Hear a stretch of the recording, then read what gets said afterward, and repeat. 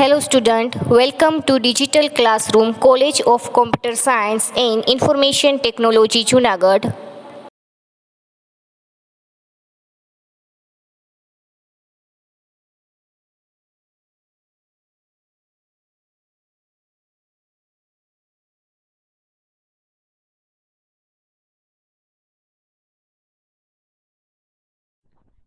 In microbiology, paper number 502, semester number 5, practical number 1A, standard calibration curve of maltase.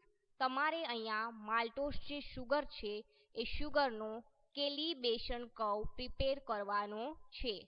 કઈ મેથડની મદદથી? DNSA મેથડની મદદથી. Introduction જોઈ લઈએ.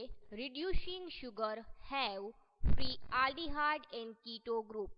માલ્ટોસ શું છે? તો કે એક શુગર છે. કેવી શુગર છે? તો કે રિડ્યુસિંગ શુગર છે. રિડ્યુસિંગ શુગર એટલે કેવી શુગર કે એની પાસે ફ્રી ફોર્મમાં આલ્ડીહાઇડ અને કીટો ગ્રુપ પ્રેઝન્ટ હોય એને કહેવાય reducing sugar. There are several method and the reagent used for the estimation of sugar based on their reducing property. ઘણી બધી મેથડ છે રિડ્યુસિંગ શુગર માટે, એના એસ્ટિમેશન માટે. કોના અકોર્ડિંગ એનું એસ્ટિમેશન થશે? તો કે એની જે રિડ્યુસિંગ શુગરની પ્રોપર્ટી છે એ અકોર્ડિંગ એસ્ટિમેશન થશે.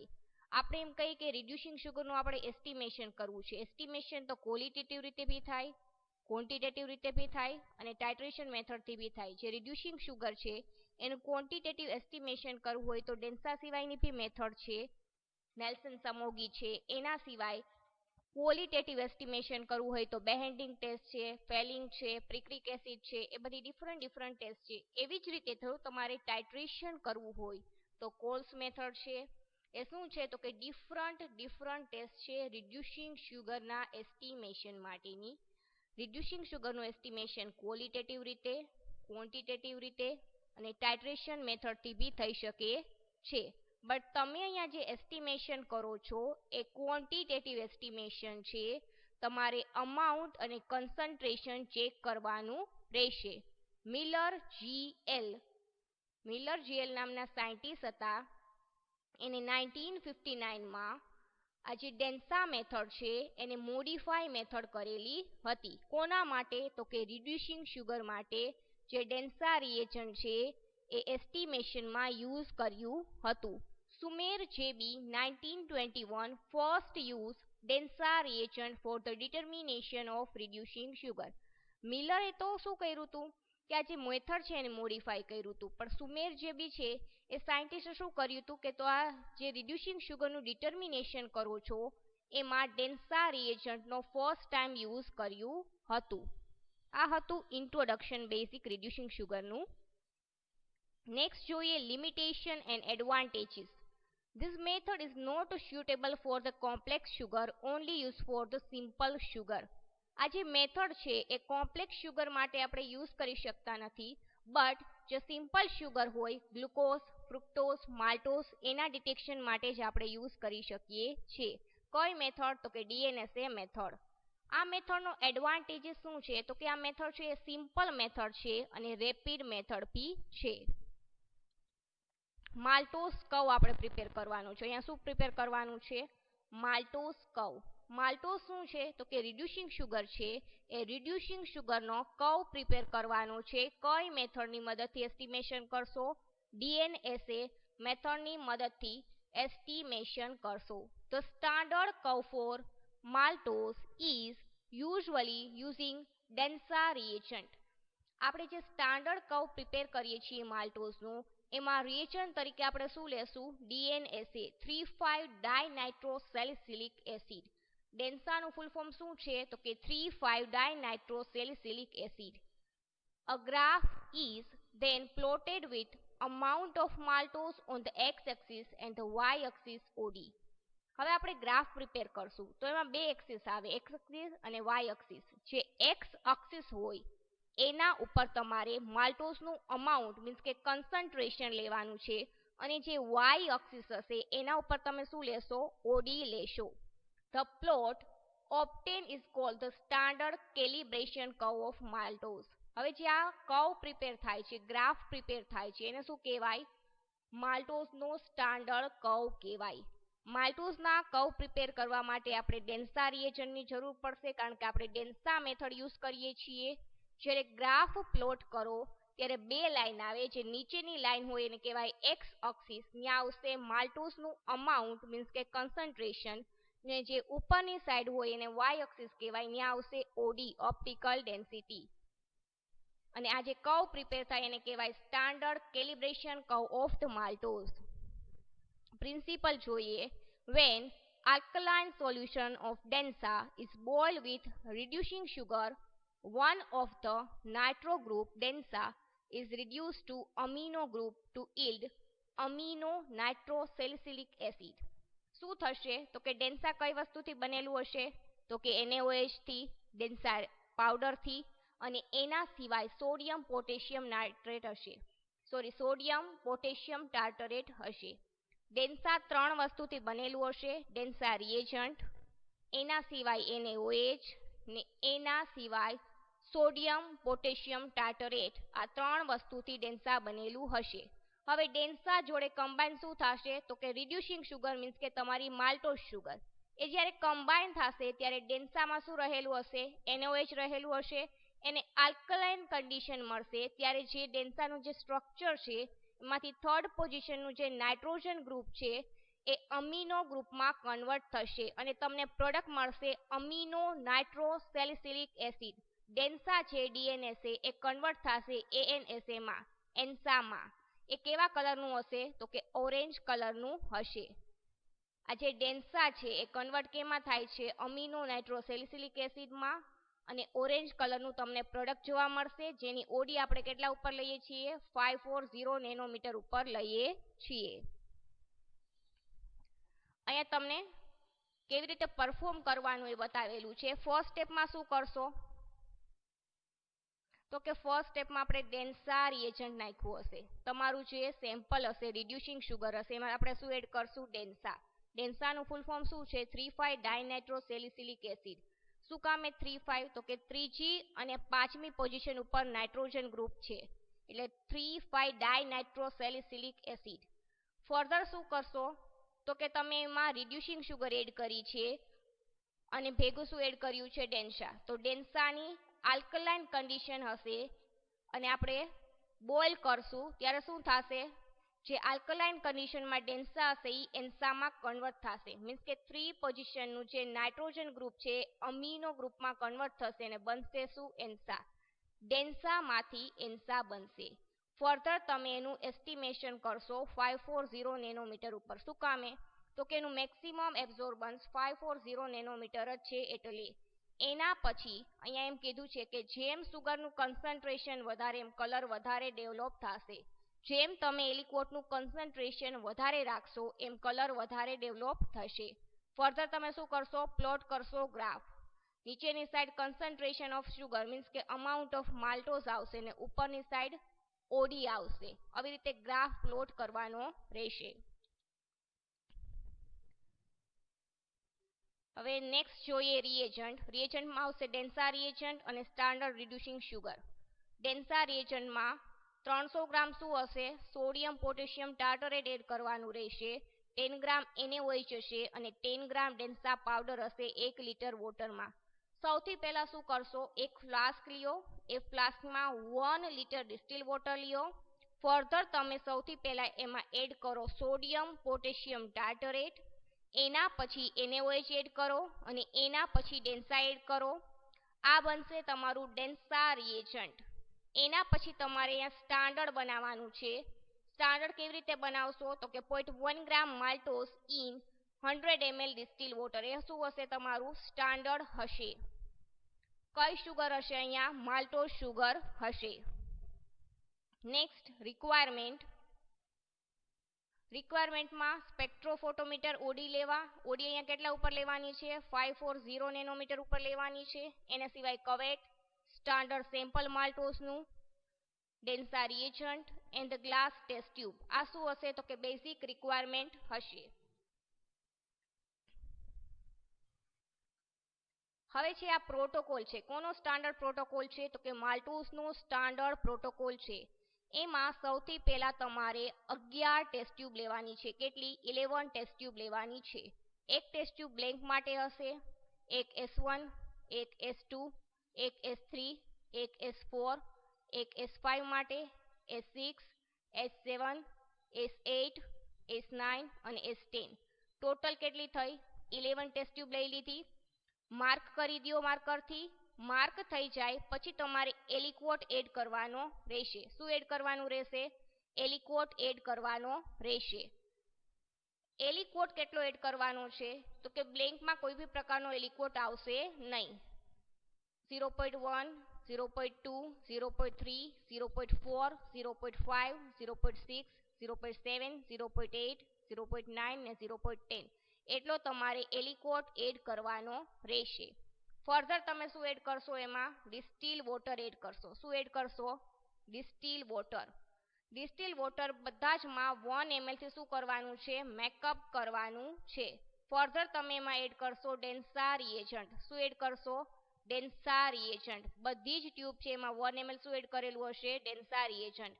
ફર્ધર તમારે શું કરવાનું છે? તો કે ઇન્ક્યુબેશન આપવાનું છે બધી જ ટ્યુબને વોટર બાથમાં 100°C 10 મિનિટ.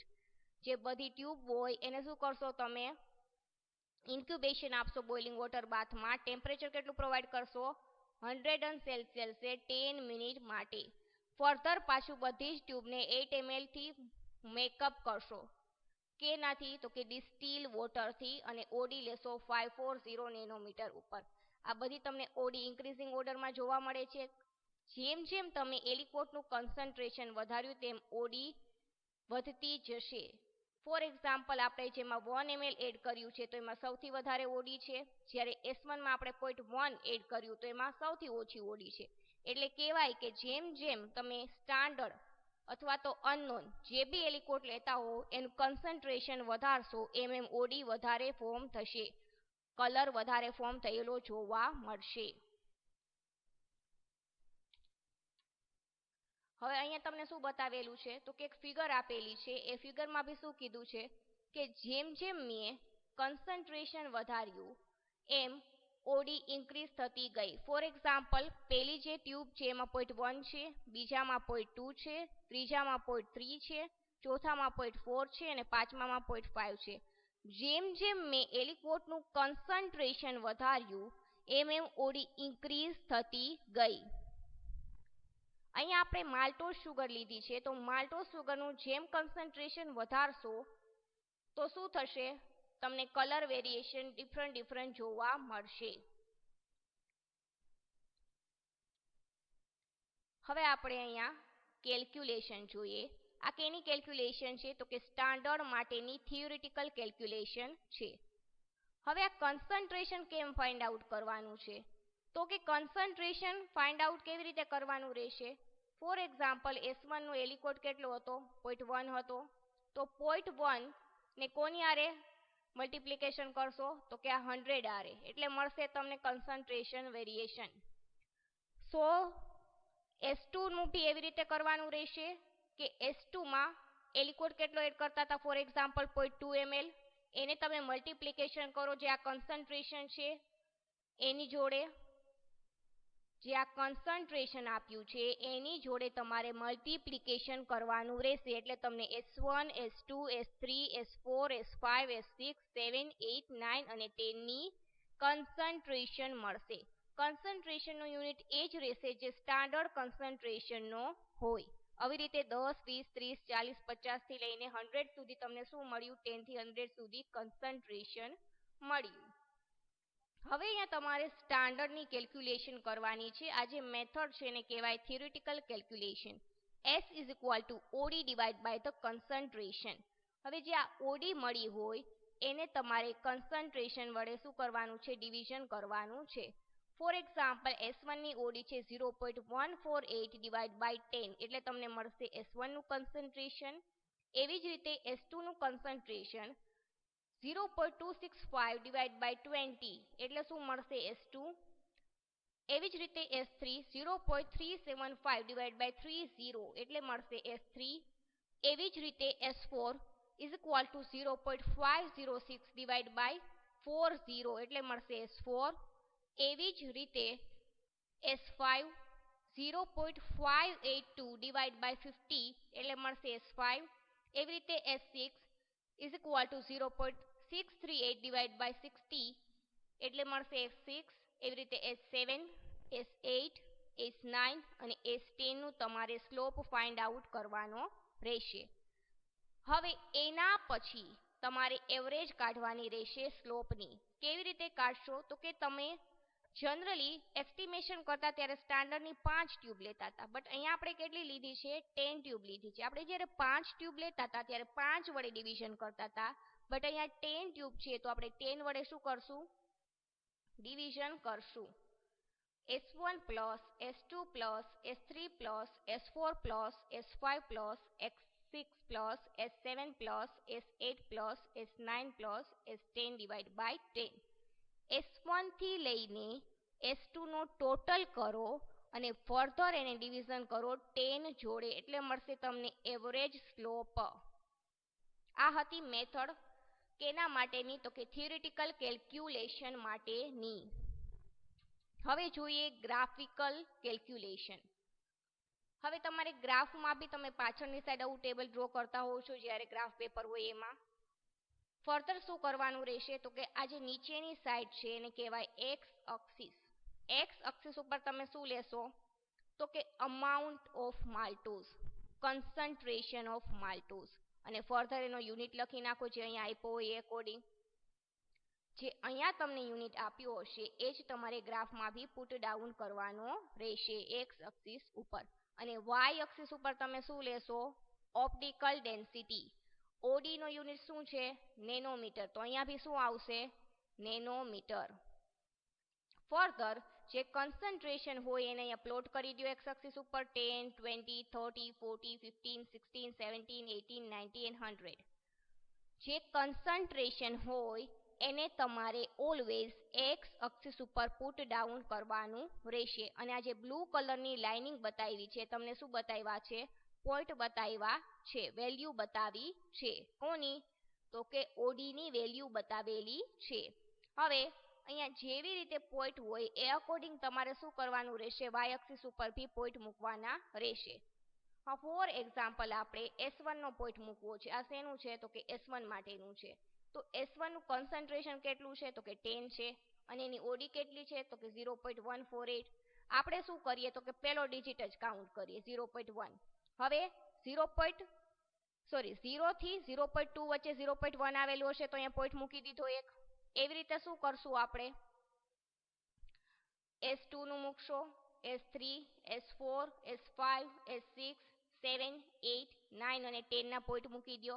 પછી તમને કોઈ બી બે પોઈન્ટ એવા મળે જ્યાંથી તમારે શું કરવાનો, સ્લોપ ફાઇન્ડ આઉટ આવી રીતે કરવાનો.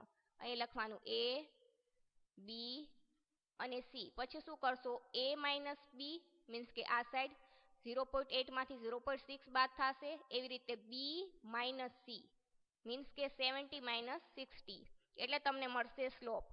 સૌથી પહેલા શું કર્યું તો કે આ ટેબલ ડ્રો કરી નાખવાનું. ટેબલ ડ્રો થઈ જાય પછી આ જે નીચેની લાઇનિંગ હોય એને એક્સ એક્સિસ કહેવાય. ત્યાં તમારે કન્સન્ટ્રેશન લેવાનું હશે, અમાઉન્ટ લેવાનું હશે માલ્ટોઝનું. ફર્ધર તમે એનું યુનિટ પુટ ડાઉન કરી દો અને તમારું જે કન્સન્ટ્રેશન હોય એને એક્સ એક્સિસ ઉપર લખી દો. અને વાય એક્સિસ ઉપર શું આવશે, ઓલવેઝ ઓડી, ઓપ્ટિકલ ડેન્સિટી. એનો યુનિટ બી શું હશે, નેનોમીટર. અને તમારી જે ઓડી હોય આવી રીતે પુટ ડાઉન કરવાની રહેશે. એના પછી તમારે શું કરવાનું રહેશે તો કે ઓડી મૂકી દેવાની રહેશે. આ બ્લુ કલરની છે એ શું છે, વાય વેલ્યુ મીન્સ કે ઓડીની વેલ્યુ છે. ફર્ધર જે બે પોઈન્ટ મળે એને આવી રીતે જોઈન્ટ કરી દો. પછી A માઇનસ B અને B માઇનસ C કરશો એટલે તમને મળશે સ્લોપ. આ હતો standard calibration curve of maltose. આવી રીતે તમારે કર્વ પ્રિપેર કરવાનું રહેશે માલ્ટોઝનો. હવે જોઈએ result. By performing this experiment, we can prepare the standard curve of maltose. આજે પ્રેક્ટિકલ પરફોર્મ કર્યો એના ઉપરથી આપણે standard calibration curve of maltose easily prepare કરી શકીએ છીએ.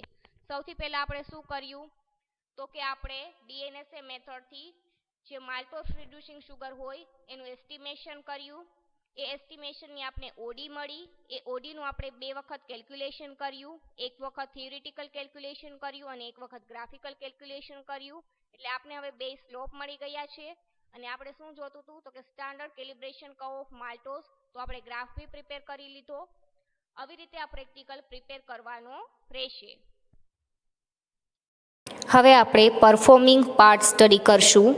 પરફોર્મિંગ પાર્ટમાં સૌથી પહેલાં બેઝિક રિક્વાયરમેન્ટ જોઈ લઈએ. સ્ટાન્ડર્ડ છે, ડિસ્ટિલ વોટર, ડેન્સા એન્ડ પાછું ડિસ્ટિલ વોટર મેકઅપ કરવા માટે, ને એના સિવાય પાઇપેટ, ને એના સિવાય ટેસ્ટ ટ્યુબ બ્રેક અને ટેસ્ટ ટ્યુબ બ્લેન્કથી લઈને S10 સુધીની.